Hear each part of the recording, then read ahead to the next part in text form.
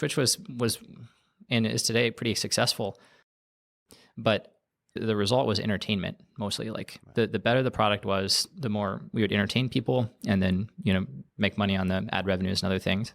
That was a good thing. It felt good to entertain people, but I figured what is really the point of becoming a really good engineer and developing these skills other than, my own enjoyment? Yeah. And I realized I wanted something that scratched more of an existential itch, like something that truly matters. Yeah. And so I basically made this list of requirements for if I was going to do another company. And the one thing I knew in the back of my head that Twitch took like 8 years to become successful. And so whatever I do, I better be willing to commit, at least 10 years to something. And when you think about things from that perspective, you certainly, I think, raise the bar on what you choose to work on.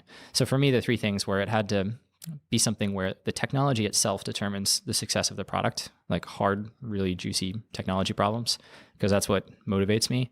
And then it had to have a direct and positive impact on society in some way. So an example would be like, healthcare, self-driving cars, because they save lives, other things where there's a clear connection to somehow improving other people's lives.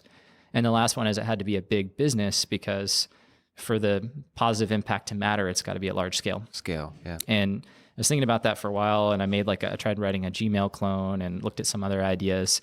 And then it just sort of light bulb went off, like self-driving cars. Like that was the most fun I had ever had in college working on that. And what's the state of the technology? It's been 10 years. Maybe times have changed, and maybe now is the time to make this work. And I poked around and looked at the only other thing out there really at the time was the Google self-driving car project. Mm-hmm. And I thought, surely there's a way to, have an entrepreneur mindset and sort of solve the minimum viable product here.